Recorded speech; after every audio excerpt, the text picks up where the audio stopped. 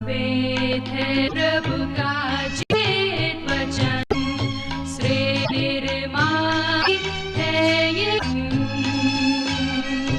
नमस्कार श्रोताओं, बाइबल अध्ययन कार्यक्रम सत्य वचन में आप सभी का हार्दिक अभिनंदन करती हूँ। इन दिनों हम पवित्र शास्त्र बाइबल में से लूका रचित सुसमाचार का विस्तार पूर्वक अध्ययन कर रहे हैं और श्रोताओं, हमें विश्वास है कि इस अध्ययन से आपको आत्मिक लाभ मिल रहा है। तो आइए श्रोताओं, सुनते हैं आज का ये कार्यक्रम सत्य वचन। प्रिय मित्र, प्रभु यीशु के पवित्र और सामर्थ्य नाम में आप सबको मेरा नमस्कार। आशा करता हूं कि आप सब कुशल पूर्वक हैं और प्रतिदिन की तरह आज भी परमेश्वर के वचन में से सीखने के लिए तैयार बैठे हैं। मित्रों, जैसे कि आपको मालूम है कि हम पिछले अध्ययन में देख रहे थे कि बड़ी भीड़ यीशु को घेरे हुए थी। इस समय यीशु गलील सागर के तट पर था और वहां दो नावें खड़ी थी और उसका स्वामी अपने जाल को धो रहा था। यीशु एक नाव में चढ़ गया और उसके स्वामी से निवेदन किया कि वह किनारे से कुछ दूर ले चले। यह नाव शमौन की थी। यीशु ने नाव में बैठकर उपदेश दिया। उपदेश समाप्त करने पर यीशु ने पतरस से कहा कि वह नाव को गहरे जल में ले चले और जाल डाले। शमौन ने यीशु से कहा कि उन्होंने पूरी रात प्रयास किया परंतु कुछ भी हाथ नहीं लगा। फिर भी यीशु के कहने पर उसने जाल डाला और बहुत सी मछलियां जाल में आ गई। अब हम लूका 5 अध्याय उसके 5 पद को पढ़ते हैं। लिखा हुआ है, शमौन ने उसको उत्तर दिया कि हे स्वामी, हमने सारी रात मेहनत की और कुछ न पकड़ा, तो भी तेरे कहने से जाल डालूंगा। इस पद को पढ़ने से ऐसा प्रतीत होता है कि शमौन ने यीशु से विवाद किया। वे अनुभवी मछुआरे थे और उन्हें अपने ऊपर पूरा भरोसा था कि गलील सागर में मछली कैसे पकड़ी जाए। अतः शमौन यीशु से कहता है कि पूरी रात उन्होंने जाल डालकर रखा था परंतु एक भी मछली जाल में नहीं आई। किसी सेना अधिकारी ने अपने एक जनरल को आज्ञा दी तो उस जनरल ने कहा, यह असंभव है। उस सेना अधिकारी ने कहा, मैं असंभव आज्ञा नहीं देता हूँ। जब मसीह यीशु आज्ञा देता है तो आपको विवाद करने की कोई आवश्यकता नहीं है कि आप प्रयास करके देख चुके हैं और यह काम असंभव है। वह असंभव आज्ञाएं नहीं देता है। हम लूका 5 के 6 पद में पढ़ते हैं, जब उन्होंने ऐसा किया तो बहुत मछलियां घेर लाए और उनके जाल फटने लगे। इन पदों में हमारे लिए अनेक शिक्षाएं हैं। मछली पकड़ना एक कला है। आपको वहां जाल डालना होगा जहां मछलियां हैं। मछली का चारा भी सही होना चाहिए। आपको पकड़ने के लिए धीरजवंत होना आवश्यक है। परंतु सबसे बड़ी शिक्षा यह है कि हमें प्रभु यीशु के आदेशानुसार जाल डालना है। यदि हमें मनुष्यों को मसीह में लाना है तो हमें उसके आदेशानुसार कार्य करना होगा। यहाँ लिखा है कि जाल टूटने लगा, परंतु यूहन्ना के वृतांत में जाल पूरा भर गया था परंतु टूटा नहीं। मछुआरों का जाल एक सच्चाई का प्रतीक है। यहाँ जाल में मछलियां इसलिए समा नहीं रही थी कि यीशु अभी मरकर मुर्दों में से जी नहीं उठा था। यह सुसमाचार है। मछलियों को पकड़ने वाला जाल मसीह की मृत्यु और पुनरुत्थान पर आधारित होता है। यहाँ जाल टूट गया था परंतु उसके पुनरुत्थान के पश्चात जाल नहीं टूटा था। आप देख सकते हैं यूहन्ना 21 अध्याय उसके 1 से 11 पद में। तब यीशु ने उनसे कहा कि दुनिया के छोर तक सुसमाचार सुनाओ। हम लूका 5 अध्याय उसके 7 से 8 पद में पढ़ते हैं। इस पर उन्होंने अपने साथियों को जो दूसरी नाव पर थे संकेत किया कि आकर हमारी सहायता करो, और उन्होंने आकर दोनों नाव यहाँ तक भर ली कि वे डूबने लगी। यह देखकर शमौन पतरस यीशु के पांव पर गिरा और कहा, हे प्रभु, मेरे पास से जा, क्योंकि मैं पापी मनुष्य हूँ। यहाँ पर ध्यान दीजिए कि उन्होंने बहुत अधिक मछलियां पकड़ी थी कि दो नावें डूबने लगी। शमौन अपनी भूल स्वीकार करता है। वह विश्वास की कमी के कारण एक अच्छा मछुआ भी नहीं था। पतरस ने कहा, हे प्रभु, मेरे पास से जा, क्योंकि मैं पापी मनुष्य हूँ। उसके कहने का अर्थ था, प्रभु, तूने मुझे मनुष्यों का मछुआ बनाने के लिए बुलाया है परंतु मैं मछली पकड़ने लौट गया। प्रभु, मुझसे भूल हो गई है। मैं सोचता था कि मैं इस काम में निपुण हूँ परंतु नहीं। मुझे आज एहसास हो गया है कि मैं एक काम में भी सिद्ध नहीं हूँ। मुझे अकेला छोड़ दे प्रभु, मैं पापी हूँ। तू किसी अन्य विश्वास योग्य मनुष्य को देख ले। परंतु यीशु शमौन को छोड़ना नहीं चाहता था। वह उसके द्वारा काम करना चाहता था। हमारे साथ भी वह ऐसा ही करता है। हमें भी यह समझना आवश्यक है कि हम अच्छे मनुष्य नहीं हैं, अर्थात हमें अपनी असफलता और अविश्वास का बोध होना आवश्यक है। हम उस पर विश्वास करें तो वह हमें मछली पकड़ने के काम से अलग नहीं करेगा, वह हमारे द्वारा काम करेगा। एक उत्साहवर्धक सच्चाई यही है। हम लूका उसके 5 अध्याय के 9 और 10 पद में पढ़ते हैं, क्योंकि इतनी मछलियों के पकड़े जाने से उसे और उसके साथियों को बहुत अचंभा हुआ, और वैसे ही जब्दी के पुत्र याकूब और यूहन्ना को भी, जो शमौन के सहभागी थे, अचंभा हुआ। तब यीशु ने शमौन से कहा, मत डर, अब से तू मनुष्यों को जीवता पकड़ा करेगा। मेरे मित्र, शमौन पतरस ने मनुष्यों को पकड़ा। पेंतीकोस्त के दिन उसका अविश्वसनीय कार्य देखें। पतरस को दिया गया यीशु का उत्तर अत्यधिक महत्वपूर्ण है। उसके प्रथम प्रचार पर 3000 मनुष्यों ने मसीह को ग्रहण किया था। पतरस परमेश्वर के आदेशानुसार मछली पकड़ रहा था। यहाँ एक और गंभीर शिक्षा है। एक और मछुआ शैतान है। दूसरा तीमुथियों के पत्र 2 अध्याय उसके 26 पद में पौलुस यही कहता है, और इसके द्वारा उसकी इच्छा पूरी करने के लिए सचेत होकर शैतान के फंदे से छूट जाएं। शैतान भी अपना जाल डाले हुए है। परमेश्वर आपकी आत्माओं को जीतने के लिए कार्य कर रहा है, और दूसरी ओर शैतान सांसारिक लालसाओं के प्रलोभन द्वारा आपको फंसाने का प्रयत्न कर रहा है। आप कह सकते हैं कि परमेश्वर का जाल क्रूस है, जहां परमेश्वर के पुत्र ने अपनी जान दी। अब प्रश्न यह है कि आप किसके जाल में आए हैं? आप या तो परमेश्वर के हैं या शैतान के। तीसरा मछुआ और कोई नहीं है। आगे हम देखते हैं यीशु कोढ़ी को शुद्ध करते हैं। लूका 5 अध्याय उसके 12 और 13 पद में लिखा है, जब वह किसी नगर में था तो देखो वहां कोढ़ से भरा हुआ एक मनुष्य था, और वह यीशु को देखकर मुंह के बल गिरा और विनती की कि हे प्रभु, यदि तू चाहे तो मुझे शुद्ध कर सकता है। उसने हाथ बढ़ाकर उसे छुआ और कहा, मैं चाहता हूं कि तू शुद्ध हो जा, और उसका कोढ़ तुरंत जाता रहा। प्रिय मित्र, 12 से 15 पदों में एक कोढ़ी की चंगाई का वर्णन है। लूका जो डॉक्टर था, अतः वह उस कोढ़ी की चंगाई में उसकी मानसिक स्थिति को समझाता है। उस युग के लोग इन बातों को नहीं समझते थे। हमें बताया तो नहीं गया है कि उसे अपने कोढ़ के बारे में कैसे पता चला, परंतु हो सकता है कि वह काम पर से घर आया और उसने अपनी पत्नी से कहा कि उसके हाथ में एक घाव सा है। उसकी पत्नी ने उस पर पट्टी बांध दी, और 1-2 दिन पश्चात उसकी घाव और अधिक खराब हो गया। तो उसकी पत्नी ने कहा कि वह याजक को दिखाए।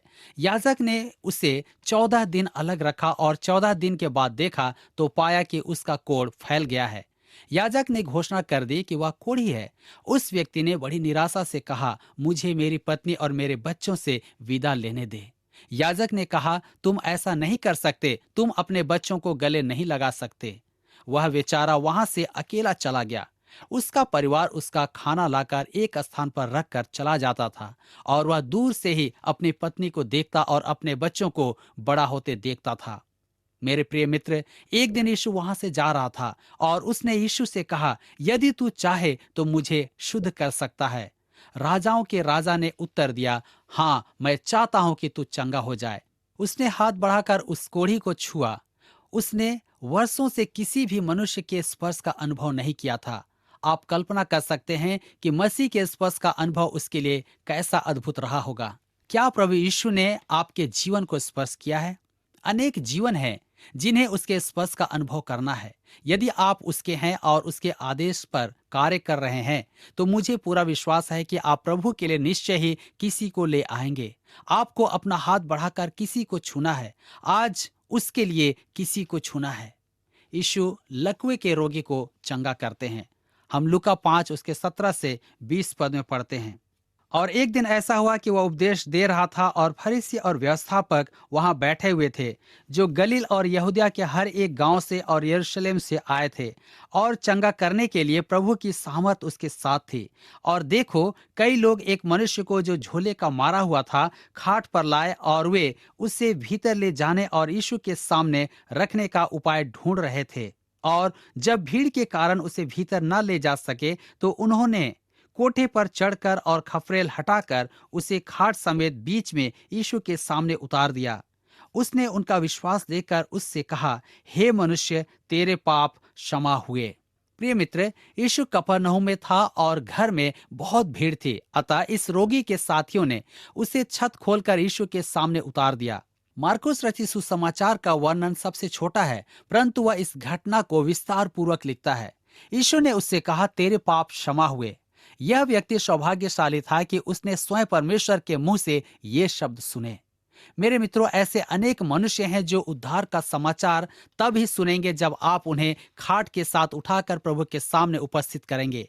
वे पाप और संसार के कारण, अंधविश्वास एवं अनास्था के कारण अनभिज्ञ हैं और यीशु से सुन नहीं सकते कि तेरे पाप क्षमा हुए। आपको ही उनकी खाट उठाकर उन्हें यीशु के पास लाना है। मेरे मित्रों, इन सब घटनाओं से प्रकट है कि प्रभु यीशु हमसे चाहता है कि उसके उद्धार का सुसमाचार मनुष्यों में फैलाएं। यही कारण है कि मैं परमेश्वर के वचन का प्रचार करता हूँ। ध्यान रखें कि एक मनुष्य किसी रोगी की खाट को उठा नहीं सकता। उस रोगी की खाट को उठाने के लिए 4 पुरुषों की आवश्यकता थी। आज अनेक स्त्री और पुरुषों की आवश्यकता है कि परमेश्वर के वचन का प्रचार करें। आगे हम देखते हैं कि यीशु मत्ती को बुलाता है। लूका रचित सुसमाचार 5 अध्याय उसके 27 और 28 पद में हम पढ़ते हैं, और इसके बाद वह बाहर गया और लेवी नाम एक चुंगी लेने वाले को चुंगी की चौकी पर बैठे देखा और उससे कहा, मेरे पीछे हो ले। तब वह सब कुछ छोड़कर उठा और उसके पीछे हो लिया। मत्ती अपने सुसमाचार वृतांत में यहीं तक लिखता है। मार्कुस इससे कुछ अधिक लिखता है और लूका कहीं और अधिक लिखता है। हम लूका 5 के 29 पद में पढ़ते हैं, और लेवी ने अपने घर में उसके लिए बड़ी जेवनार की और चुंगी लेने वालों की और औरों की जो उसके साथ भोजन करने बैठे थे एक बड़ी भीड़ थी। लेवी ने यह भोज अपने साथियों को मसीह के पास लाने के लिए किया था। यह सच है कि मत्ती किसी भी बाइबल अध्ययन कॉलेज में अध्ययन करने के लिए नहीं गया था। वह चुंगी लेने का काम करता था और बड़ा ही धूर्त व्यक्ति था। यीशु को ग्रहण करने के पश्चात उसने अपने ओर से यथासंभव प्रयास किया कि अपने साथियों को मसीह से परिचित करवाए। वह एक धनवान व्यक्ति था, अतः उसने भोज का आयोजन किया और अपने सब दुष्ट मित्रों को आमंत्रित किया। वहां उपस्थित शास्त्री और फरीसियों से यह सहन नहीं हुआ, तब वे उसके शिष्यों से शिकायत करने लगे।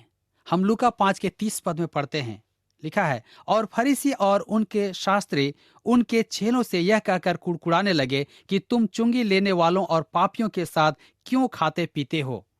यहाँ पर हम देखते हैं उनके प्रश्नों का उत्तर यीशु ने दिया।